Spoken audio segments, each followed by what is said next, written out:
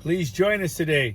Today's video is going to be about foliar feeding with calcium and magnesium, and also burying secondary vines, plant care, basic early on, and vine growing strategy.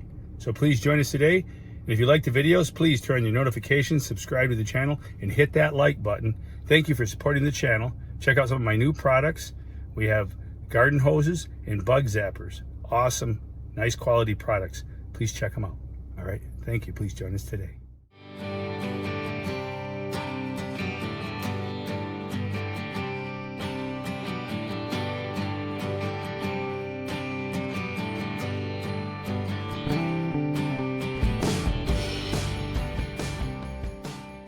All right, Sunday morning, June 6th. No, my plants aren't as big as some of the guys, but some of the guys, they don't know it yet. They're too far ahead of the game. You can pollinate too early and you won't make it to the scale. Just saying. Wishing everybody the best of luck, but I know you can start too early. But hey, here it is. Read the instructions. I shook the jug. That's the biggest thing. I'm gonna use, here's my secret ingredient, Cal Blaster with magnesium. Here we go. Foliar, read the instructions. Blend 1.5 to 4.5 mils of Cal Blaster per gallon. So if I break that down, 5 mils is 1 teaspoon per gallon. So I'll probably do like a 1/4 teaspoon of this. I'm just gonna foliar feed this morning to give them a little boost because of the weather. So just to let you know, 1/4 teaspoon. I love my Dairy Dew spoon. Check out dairydew.com. Check out all their great products. You'll be using them all summer. All right, tip for the day, foliar feed. Morning or night? I had a cannabis grower just ask me, I thought nights were better. I said, you know what? I'm busy.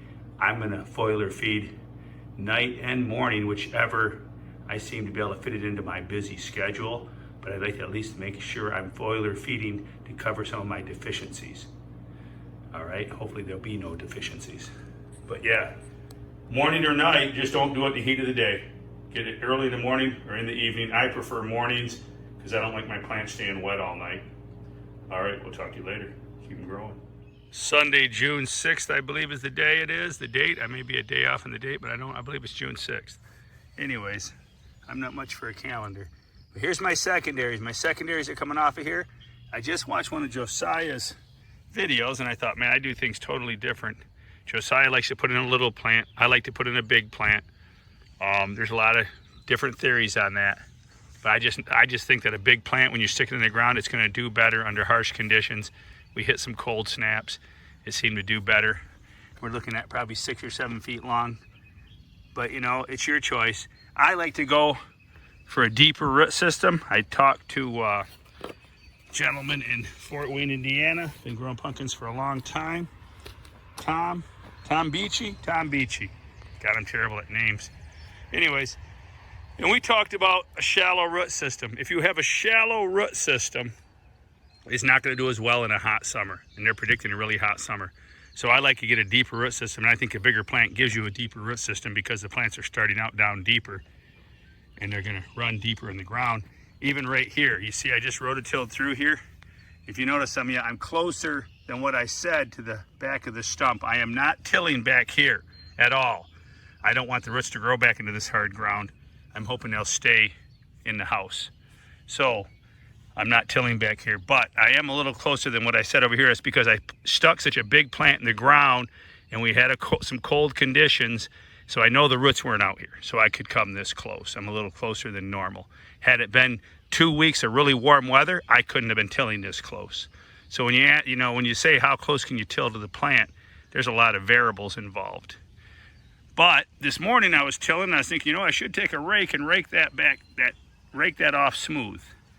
And then I thought about it. I thought, no, I shouldn't, because I want the roots to stay down deep. If I fill in that trench, it gives the roots the opportunity to come up higher. If I leave that, that's like 3.5, that's as deep as a 2x4. It's 3.5 inches deep, that little trench right there. So if the roots are coming along, they have to go down. They're forced to go down. I'm gonna leave that trench. I want my roots to go deep so they can survive the hot summer, because remember, your surface temperature heats up to 118 degrees. That's the top. So down in 2 inches, it's hotter. So the deeper your root system, the cooler the plant's gonna be. Just my theory I'm running with. Some may disagree. All right, now I'm gonna show you how to bury a secondary, how I do it. And I wanna thank Pap Wallace. I'll do a shout out to Pap Wallace. He sent us these a few years ago, a little kit. Thank you, Pap. You're a gentleman and a scholar. He's a really great guy. I'm just gonna come out here and get some of my soil. I believe in using your soil. You can see what I'm talking about, some of that root matter in my soil. So for now, I'm just gonna do that. We gotta get some of these secondaries buried. They're getting big. And now another thing I don't do that Josiah does, I don't cut off tendrils. I don't cut them off. I think that they're a kickstand. If you notice, there's one on this side, one on this side. They stabilize the vine. Because yes, you're gonna bury the vine, but you have to unbury it. If you don't unbury your vines come about mid-July, if you have clay type soils that stay moist, you're gonna rot your vines. Even Ronnie Wallace, the master, 3-time world champion, unburies his vines. So with that being said, by then they're rooted in. Sure, they're rooted in, they can stand up, but if you're out in the open where you don't have wind protection, this gives the plant stability. So it doesn't, when the wind starts rocking, and those tendrils, I bury the tendrils. I bury them, I'll bury them, and it stabilizes that vine so it doesn't rock. All right, that's just my theory. You can do what you like. Follow Josiah's, follow Mike Smith's, follow Travis, all those guys. They're all great. Check out their YouTube channels. They're all great guys. And this little pumpkin will be pinched off. Bubba loves to pinch one off.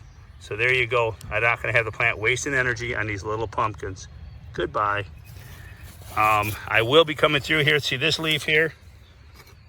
I'm gonna get out and do a little shout out to Bob Walden. Bob Walden, thank you so much for the knife. I love it. He sent me this knife and a lighter. That was cool, Bob, thank you. Anyways, this leaf here is all ratty, looking nasty. It's under all these leaves, so it can't be getting any sunlight. So it's coming off. I'm gonna start cutting off stuff that I think is not productive with Bob Walden's knife. Thank you very much. All right, so there you go. That's kind of a ratty old, not getting any sun. It's just gonna be a bug collector. So you're gone. All right, and then all I'm gonna do here is come in.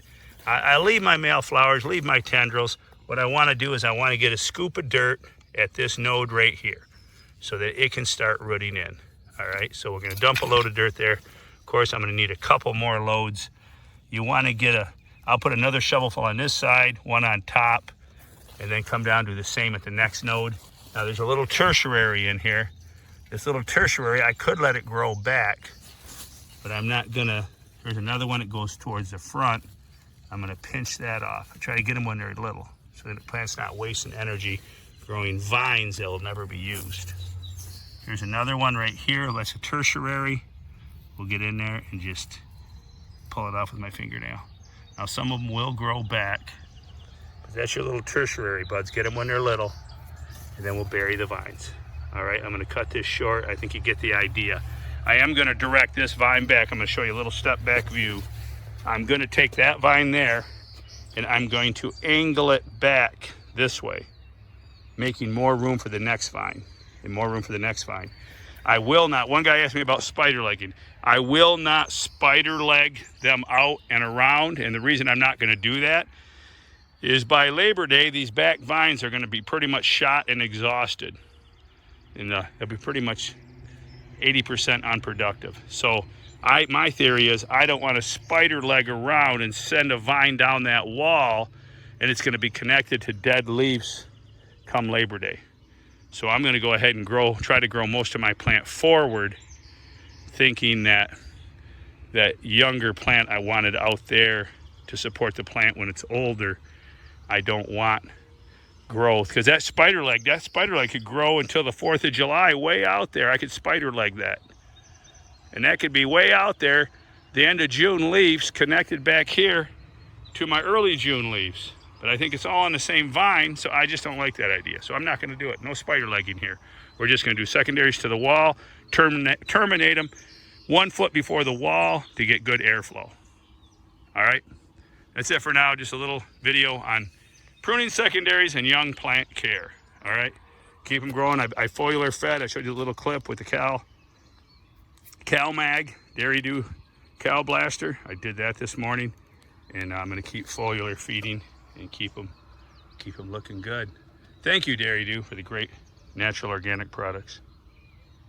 I want to thank you for joining us today, and remember, we got more to come. We're going to be growing the long gourds, the tomatoes, the giant watermelons, the pumpkins. I'm putting up a long gourd trellis today, so please join us. We got more to come, and I want to thank you. Thank you very much, and remember, keep it a secret, but go tell a friend.